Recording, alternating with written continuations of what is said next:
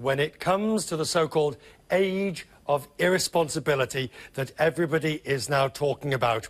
This scandal of LIBOR is just part of the puzzle. And if you join me at the super screen, you'll see what I mean. The age of irresponsibility is an entire picture.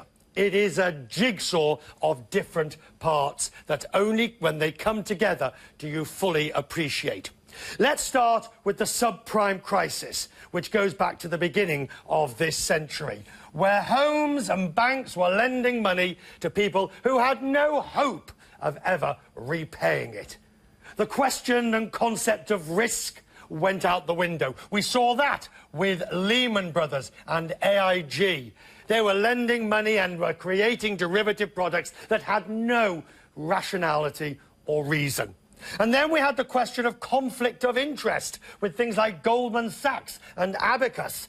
When that came along, the picture starts to be clear. You put yourself, in some cases they deny it, but you put yourself before the client. There was downright criminality of the sort of Rajaratnam, from Galleon, who has since been convicted of insider trading and fraud. And then money counts, money and greed. We had the bankers' bonus crisis, which proved they would pay themselves.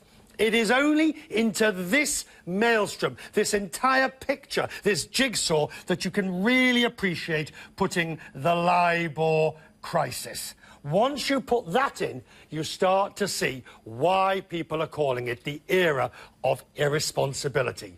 No one piece of the jigsaw makes it up. Collectively, we end up with the mess that we are in.